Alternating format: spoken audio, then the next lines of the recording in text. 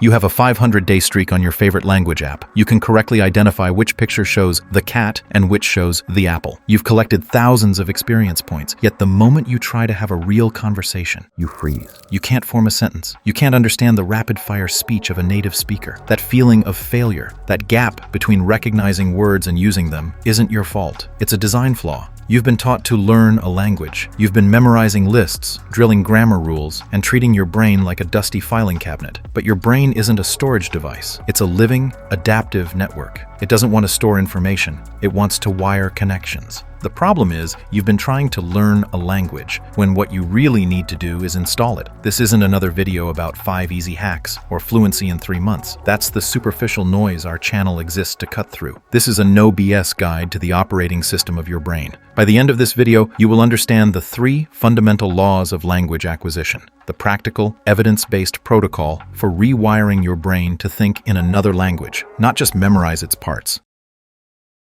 The first myth we need to shatter is what I call the recording fallacy. We treat our memory like a hard drive. We believe if we just passively listen to enough podcasts or review enough flashcards, the information will record itself onto our brain. This is fundamentally wrong. Your brain is not a passive recording device. It's an active connection machine. Learning isn't the act of storing a file. It's the biological act of building a new neural pathway. Think of it this way. A hard drive stores data in a fixed location. Your brain becomes the data. The connections are the memory. This process is called synaptic plasticity. When you first learn a word, say the Spanish word gato for cat, you create a weak, fragile connection between your existing concept of cat and this new sound. If you never use that connection again, your brain, in its infinite efficiency, prunes it. It disappears. This is why you can learn a word on Monday and completely forget it by Wednesday. You didn't strengthen the connection. You just created a faint trail in the snow, and then it snowed again. Passive review, just looking at the word gato again, is like whispering at that trail. It's not enough to make it permanent. So, what is? That brings us to the core of the installation protocol. You cannot produce what you have not first acquired. You can't say a word you've never heard. This seems obvious, but the kind of input you consume is the single most important factor. Decades ago, the linguist Krashen proposed the comprehensible input hypothesis. It's one of the most robust and practical theories in language acquisition. It states that we acquire language in only one way, by understanding messages, by receiving input that is just slightly beyond our current level. Krashen calls this I+1. I is your current level of competence. +1 is that new bit of information you don't know yet, but can understand because of the context. This is where most methods fail. Language apps often give you I1, things you already know, which is boring and useless for growth, or they give you I+10, like watching a complex Netflix drama where you're so lost, you just give up and turn on the subtitles in your native language. Acquisition doesn't happen when you're bored, and it doesn't happen when you're completely lost. It happens in that magic channel of comprehension. The no BS action here is to stop consuming random content and curate your data stream. Your mission is to find massive amounts of input that you can mostly understand. We're talking 70 to 90% comprehension. What does this look like? It's not Learn Spanish with Peppa Pig if you're already intermediate. It might be a podcast for learners on a topic you love, a graded reader book, or watching Netflix with a tool like Language Reactor, which gives you precise, contextual help. Your new job isn't to study. Your new job is to become a high-volume consumer of understandable, compelling content. You are feeding your brain the raw data it needs to build its own map.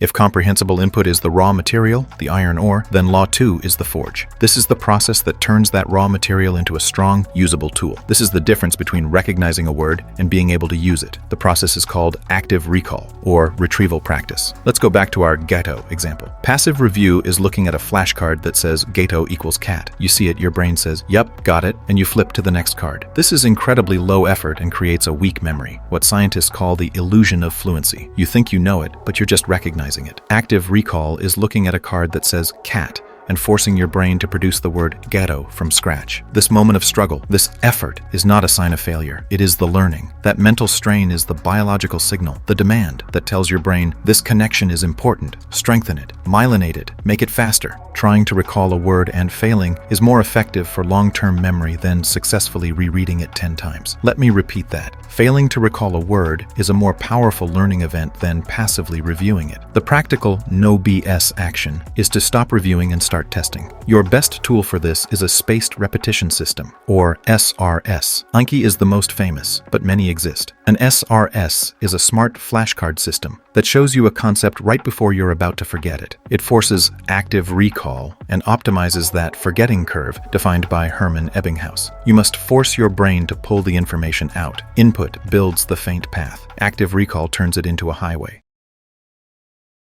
You now have the raw data from Law 1 and you're forging connections with Law 2, but there's a final, terrifying step. You have to run the program. Language is not a subject to be known like history. It is a skill to be performed like playing the piano. You can read every book on music theory, but you can't play until you put your hands on the keys. This final law is about output, and it's the one most people avoid because it's socially and emotionally painful. It's the fear of sounding stupid. This is the great filter for language learners. Your brain can have the Gato word perfectly wired, but the circuit that connects that word to your mouth and vocal cords is a different pathway. You must train that too. You have to get used to the physical feeling of making new sounds, the rhythm, the intonation, the no BS action. Speak from day one. This does not mean you need to book a flight to another country. Your first conversations can be with yourself. This is the most underrated hack in existence. Narrate your day out loud in the target language. I am walking to the kitchen. I am opening the fridge. I see, I don't know, milk. I will look it up. You just identified a gap, looked it up, and used the word. You've completed the entire learning loop. Then, find low-stakes ways to practice with humans. Use apps like italki or HelloTalk. Find a tutor whose job it is to be patient with you. The goal is not perfection. The goal is communication. Every mistake you make is not a failure. It's a hypothesis you just tested. You said the word wrong, someone corrected you,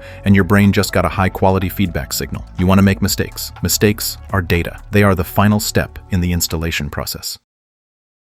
Finally, we have to apply our financial realist pillar. What is the real cost? The language hack industry sells a fantasy. Fluency in 3 months. Learn while you sleep.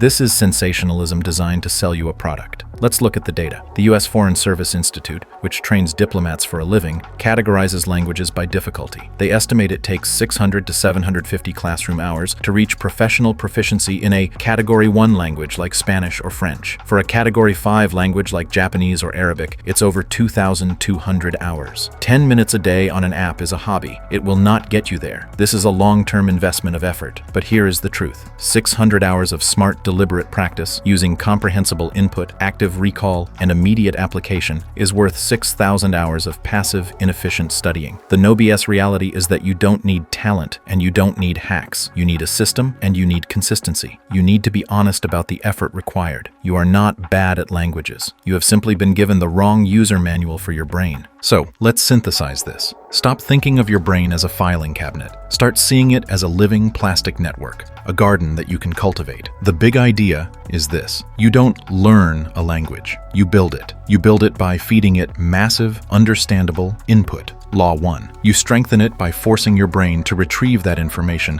not just review it. Law 2. And you make it yours by using it, by speaking and making mistakes. Executing the skill, not just admiring it. Law 3. This is the system. This is the no BS method for installing a new language in your brain. You don't have a bad brain for languages. You've just been using the wrong installation wizard. Now you have the right one. The only variable left is your consistency. We want to build a community of ambitious learners. So, for our question today, what is the single biggest language learning myth you've fallen for in the past? And more importantly, what is one source of comprehensible input you're going to try this week? Share both in the comments below. If this video rewired your approach, connect with that like button, install yourself as a subscriber, and hit the notification bell so you don't miss the next video. This is the Brain Line. Keep thinking, keep building.